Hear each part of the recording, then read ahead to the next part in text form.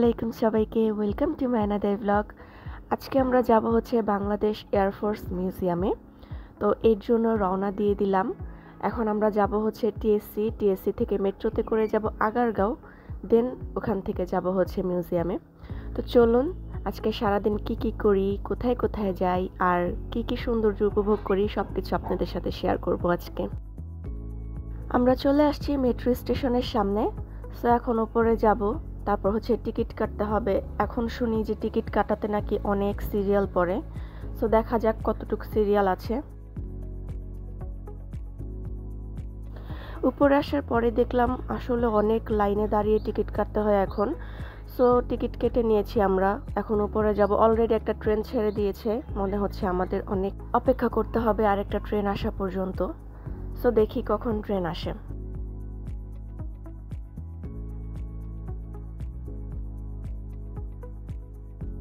অবশেষে প্রায় 3-4 মিনিট অপেক্ষা করার পরে আমাদের ট্রেন চলে আসছে। সো এই তো এখন আমরা ট্রেনে উঠব। আর আজকে কিন্তু ট্রেনে অনেক ভিড়, মানে দাঁড়িয়ে যেতে হবে, সিট মনে হয় না পাবো।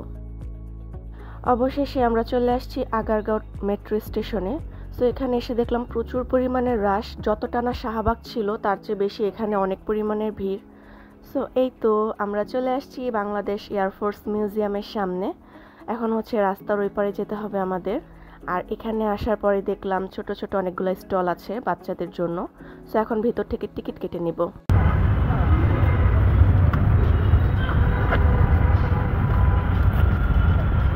সো আমরা টিকিট দিয়ে ঢুকে পড়েছি মিউজিয়ামের ভিতরে।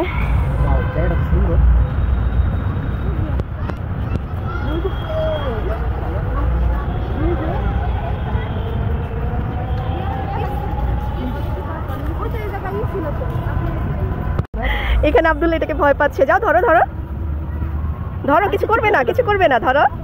হ্যাঁ, এটা এমনিতেই বানায় রাখছে, এমনি খেলা করার জন্য। এখানে হচ্ছে ডলফিন দিয়ে ঝর্ণার মতো তৈরি করছে, মেবি ভেঙে গেছে এগুলো সব। সো ভালোই, মোটামুটি সুন্দর, আশপাশের পরিবেশটাও সুন্দর।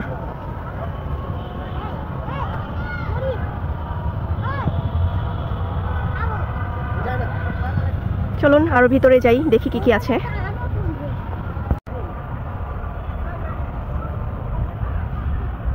আব্দুল্লাহ তো খুবই হ্যাপি এখানে এসে। সে প্লেন দেখছে, ভাবতেছে যে ও বলতেছে এই প্লেনে উঠছে না কেন, এই প্লেনে করে আমরা আকাশে যাব। সো এই তো এখানে ঢোকার জন্য নাকি আবার আলাদা টিকিট লাগবে। এই প্লেনের ভিতরে কি আছে সেটা দেখার জন্য আলাদা টিকিট কেটে তারপর হচ্ছে এটার ভিতরে যেতে হবে। ইন্ডিয়ান হেলিকপ্টার এখানে।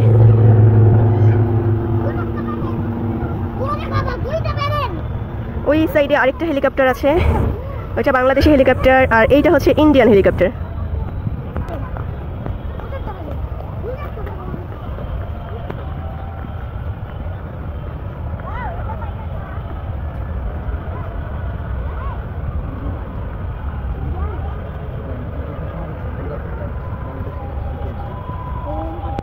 তো এইখানে কিছু যুদ্ধ বিমান রাখা আছে, এগুলোর সব বর্ণনা এখানে দেওয়া আছে।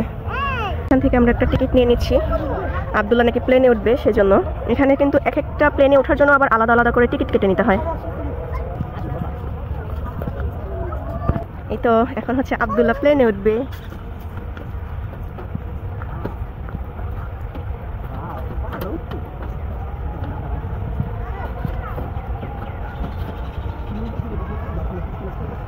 আব্দুল্লাহ দেখি প্লেন চালাইতেছে।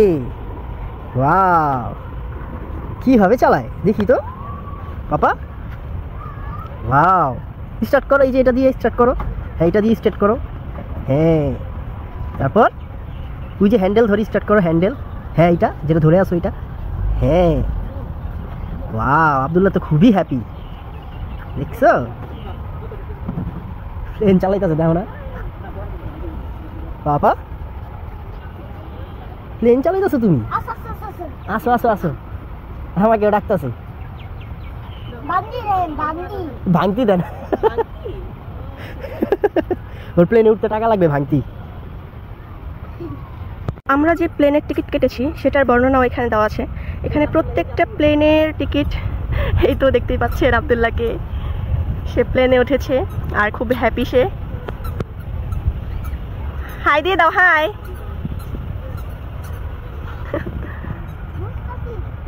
এখানে অনেকগুলো প্লেন বা যুদ্ধ বিমান, হেলিকপ্টার, অনেক কিছু আছে। প্রত্যেকটার বর্ণনা প্রত্যেকটা প্লেনের সামনে দেওয়া আছে এভাবে। এটা হচ্ছে আমাদের বাংলাদেশের কেজিএফ এর মেশিন গান। আচ্ছা আচ্ছা। আর এনিমেলও এটা নিয়ে গেছিল শুট করার জন্য। এনিমেলও এটা নিয়ে গেছে শুট করার জন্য। ও আবার রেখে গেছে এখানে।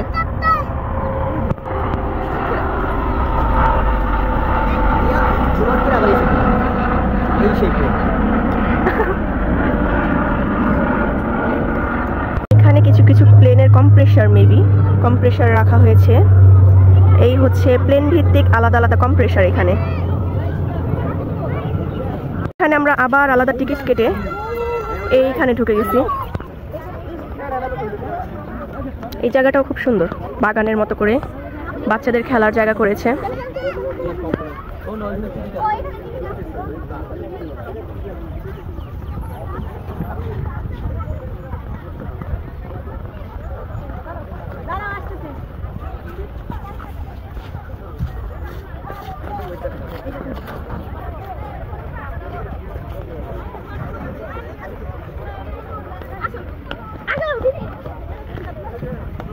আর আব্দুল্লাহ হচ্ছে এখানে স্লাইড পেয়ে খুবই খুশি, সে উঠে পড়েছে স্লাইডে।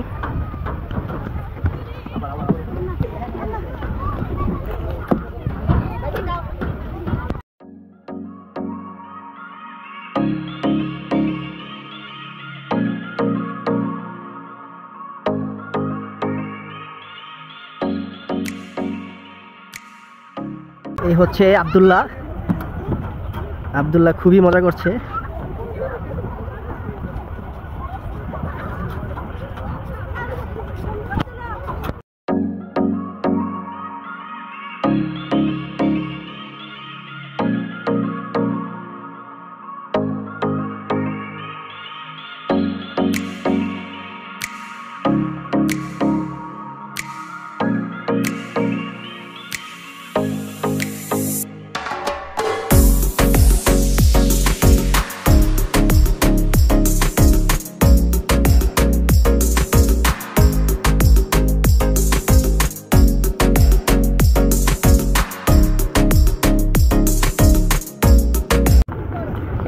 আব্দুল্লাহ প্লেনে উঠবে।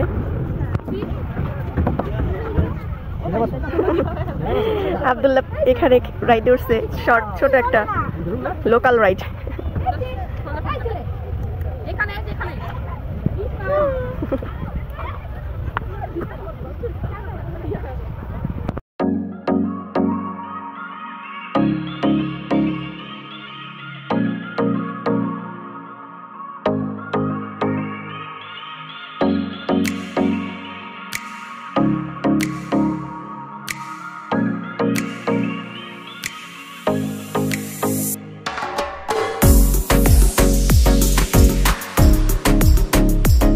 এখানে আব্দুল্লাহ অন্যান্য বাচ্চাদের সাথে খেলা করছে আর ও তো খুবই হ্যাপি, এখানে স্লাইড পেয়েছে, প্লাস অনেক অন্যান্য রাইডে ওঠার ব্যবস্থা আছে।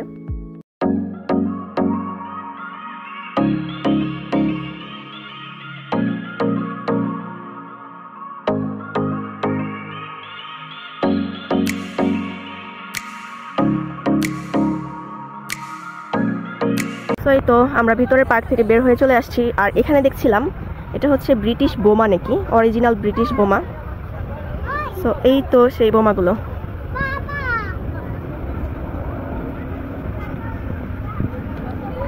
এখানে হচ্ছে একটি রেডার ছিল, এগুলো নাকি এয়ারফোর্সের, বাহিরের দেশে যখন এয়ারফোর্সের প্লেনগুলো আমাদের দেশে আসে তখন ওগুলো শনাক্ত করতে সাহায্য করে।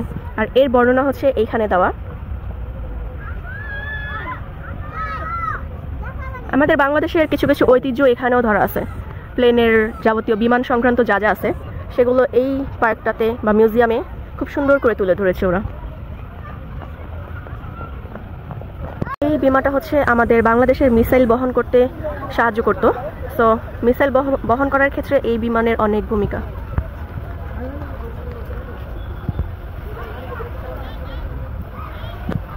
এই বিমানটা হচ্ছে প্রশিক্ষণ যুদ্ধ বিমান। সো আগে এই বিমান দিয়ে প্রশিক্ষণ দেওয়া হতো। এই যুদ্ধ বিমানটি 1959 সালে প্রথম তৈরি করা হয়েছিল।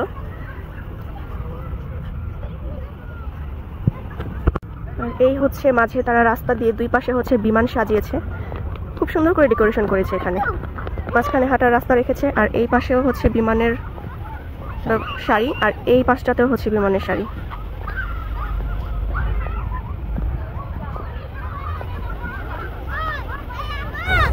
বিমানটা হচ্ছে আমাদের যুদ্ধের সময় আমাদের বিপক্ষে ব্যবহার করা হয়েছিল। পাকিস্তানিরা যখন যুদ্ধে হেরে যায় তখন এটা বাংলাদেশে ভাঙা অবস্থায় ফেলে রেখে চলে গিয়েছিল।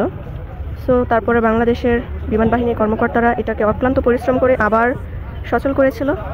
সো এই সেই বিমান যেটা আমাদের যুদ্ধে আমাদের বিপক্ষে ব্যবহার করা হয়েছে। পরবর্তীতে পাকিস্তানিরা এটা ফেলে রেখে চলে গিয়েছে। এই বিমানটি হচ্ছে স্বাধীনতা যুদ্ধের সময় ভারত সরকার আমাদের বাংলাদেশকে প্রদান করে, আর এটা হচ্ছে কানাডায় তৈরি করা হয়েছিল। তো স্বাধীনতা যুদ্ধের সময় বাংলাদেশ বিমান বাহিনীর দক্ষ টেকনিশিয়ানরা অনেক পরিশ্রম করে এটাকে বোমারু বিমানে পরিণত করেছে। আমাদের বাংলাদেশিদের অনেক ট্যালেন্ট আছে বলা যায়। এই বিমানটি হচ্ছে ভারতীয় বিমান বাহিনীতে সংযোজিত ছিল। ভারতীয় বিমান বাহিনী এই বিমানটিকে বাংলাদেশের স্বাধীনতা যুদ্ধের সময় আকাশ ও ভূমি আক্রমণের কাজে ব্যবহার করতে দিয়েছে। তো বিমানটি বাংলাদেশের স্বাধীনতা যুদ্ধে অংশগ্রহণ ও অবদানের কারণে ভারতীয় বিমান বাহিনীরা বাংলাদেশের বিমান বাহিনীকে এটা গিফট হিসেবে দিয়ে দেয়। যেহেতু এটা স্বাধীনতা অর্জনে অনেক ভূমিকা রেখেছিল আর হেল্প করছে, সো এটা ওরা যুদ্ধের সময় গিফট, মানে যুদ্ধের পরে গিফট হিসেবে দিয়ে দিয়েছে বাংলাদেশকে। সো সেই বর্ণনা এখানেও লেখা আছে। এই রেডারটি হচ্ছে আমাদের বাংলাদেশের অনেক বড় ভূমিকা রেখেছিল। আর এটা হচ্ছে 370 কিলোমিটার দূর থেকে কোনো বিমান যদি আসে, মানে কোনো যুদ্ধ বিমান বাহির থেকে, সেটা শনাক্ত করতে পারতো। খুব ইন্টারেস্টিং ব্যাপারটা। 370 কিলোমিটারটা কিন্তু কম না, আর রেডারটা কিন্তু খুবই বড়। সো কত বড় একটা মানুষকে এটার সামনে কত ছোট দেখা যাচ্ছে। সো রেডারটা খুবই বড়। দেখতে পাচ্ছেন, এটা বাংলাদেশের স্বাধীনতা যুদ্ধে অংশগ্রহণ ও অবদানের কারণে ভারতীয় বিমান বাহিনী বাংলাদেশ বিমান বাহিনীকে এটাও উপহার হিসেবে প্রদান করেছে। দুটি বিমানের প্রোপেলার হচ্ছে দ্বিতীয় বিশ্বযুদ্ধে ব্যবহৃত B-25 বোমারু বিমানের প্রোপেলার। এটা হচ্ছে ধ্বংসাবশেষ। এটা হচ্ছে 29 ডিসেম্বর 2022 5 মে 23 তারিখে লক্ষ্মীপুর জেলার বল্লমপুর গ্রাম থেকে উদ্ধার করা হয়েছে। কিছুদিনের কথা, মানে 3 বছর আগে এটা হচ্ছে পাওয়া গেছে লক্ষ্মীপুর জেলার বল্লমপুর গ্রাম থেকে। ওই সাইডটাতে প্লেনের ধাপ, আর এই সাইডটাতেও কিন্তু অনেক বড় জায়গা আছে। এখানে এই সাইডটাতেও খুব সুন্দর। এখানে বাচ্চারা খেলা করছে সাইডের মাঠে, আর এই সাইডেও খুব সুন্দর। দুই সাইডে মাঠ, আর মাঝখানে হচ্ছে হাঁটার রাস্তা। ভিতরেও মনে হয় আর অনেক কিছু আছে।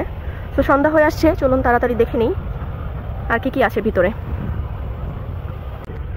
এই বিমানটি হচ্ছে 1971 সালে বাংলাদেশের স্বাধীনতা যুদ্ধের সময় ভারত সরকার বাংলাদেশকে প্রদান করে। মূলত এই বিমানের মালিক হচ্ছে যোধপুরের মহারাজার।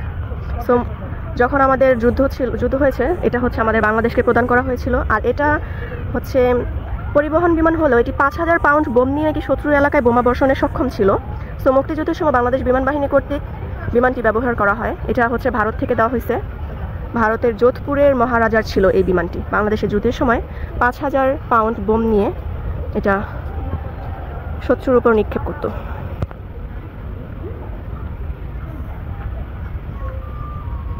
ওগুলো ফোনে দেখতে খুব ছোট মনে হচ্ছে, কিন্তু সামনাসামনি আসলে খুবই বড়। আমি যখন ফার্স্ট ঢুকছি তখন ভাবতেছিলাম যেগুলো মেবি আর্টিফিশিয়াল, বাট এটার প্রত্যেকটার বর্ণনা প্রত্যেকটা প্লেনের সামনেই দেওয়া আছে। এটাতে বাচ্চাদের জন্য অনেক কিছু ছিল, ড্রাগন, পশু পাখি, আরও অনেক কিছু। আর ওই ভিতর সাইডটাতে রাইড আছে, ছোট বড় অনেক রকমের রাইড ওই ভিতর সাইডটাতে আছে। এখন ড্রাগনের ভিতরে যাবে।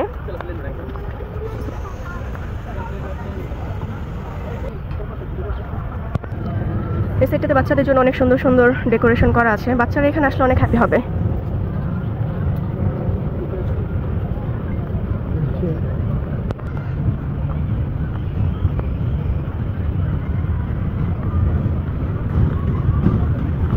ভিতরে অনেক রাইডের ব্যবস্থা আছে।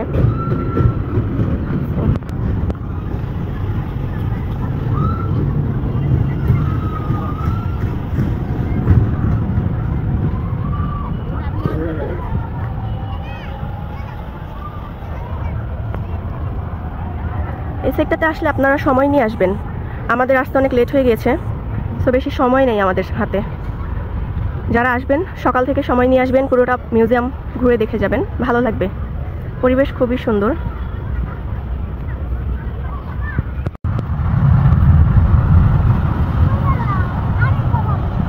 সন্ধ্যা হওয়ার সাথে সাথে এখানে অনেক সুন্দর করে লাইটিংয়ের ব্যবস্থা করে দিচ্ছে ওরা। সন্ধ্যার সময় আসলেও ভালো লাগবে।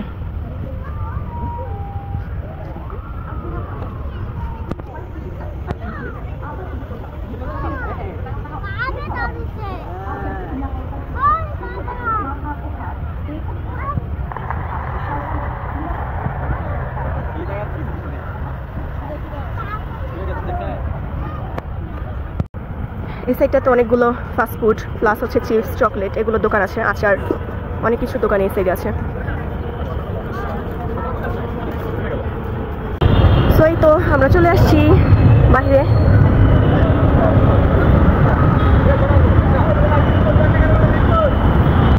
গেটের বাহিরে হচ্ছে ফুচকা বিক্রি করছে, এখান থেকে আমরা ফুচকা খাবো। ছোট কালের মতো ছোট ছোট ফুচকা একটা বাটির মধ্যে টক দিয়ে দিবে।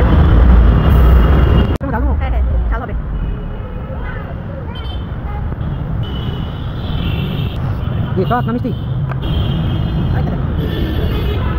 তো ফুচকা খেয়ে আমরা রওনা দিয়ে দিলাম।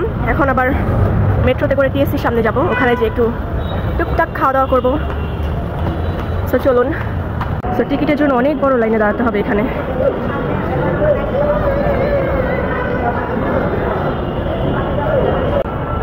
এই তো আমাদের ট্রেন চলে আসছে। প্রায় 4 মিনিট অপেক্ষা করার পর ট্রেন আসছে।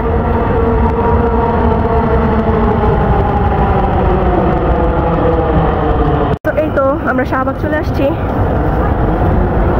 এই দোকান থেকে হচ্ছে আমরা মোমো খেয়ে নিচ্ছি।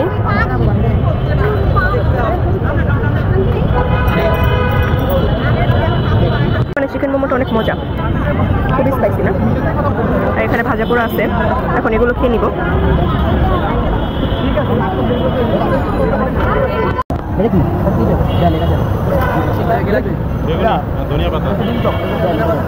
সব 10 টাকা নাকি? না 5 টাকা না?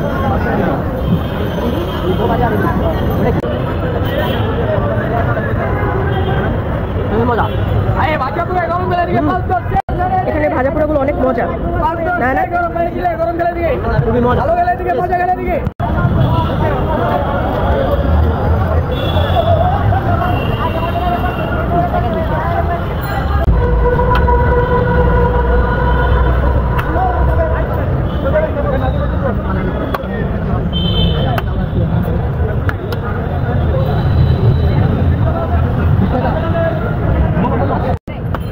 আমরা এখানে ছোলা নিয়ে নিয়েছি, মজা মোটামুটি না? মোটামুটি মোটামুটি। এখন হচ্ছে আমরা রিক্সা নিয়ে নিয়েছি, বাসার জন্য রওনা দিয়ে দিলাম। সো আজকের ভিডিওটি এই পর্যন্তই ছিল। কার কাছে কেমন লেগেছে প্লিজ কমেন্টে জানাবেন। আর আপনারা সবাই কমেন্ট করবেন, আপনাদের কমেন্ট পড়তে আমার কাছে অনেক ভালো লাগে। সো প্লিজ লাইক কমেন্ট এবং শেয়ার করে দিন। আর অবশ্যই সবাই সাবস্ক্রাইব করে দিন এরকম নিত্য নতুন আরও ভিডিও পাওয়ার জন্য। সো দেখা হচ্ছে পরের ভিডিওতে। আমার জন্য দোয়া করবেন। আপনারা ভালো থাকবেন। আল্লাহ হাফেজ।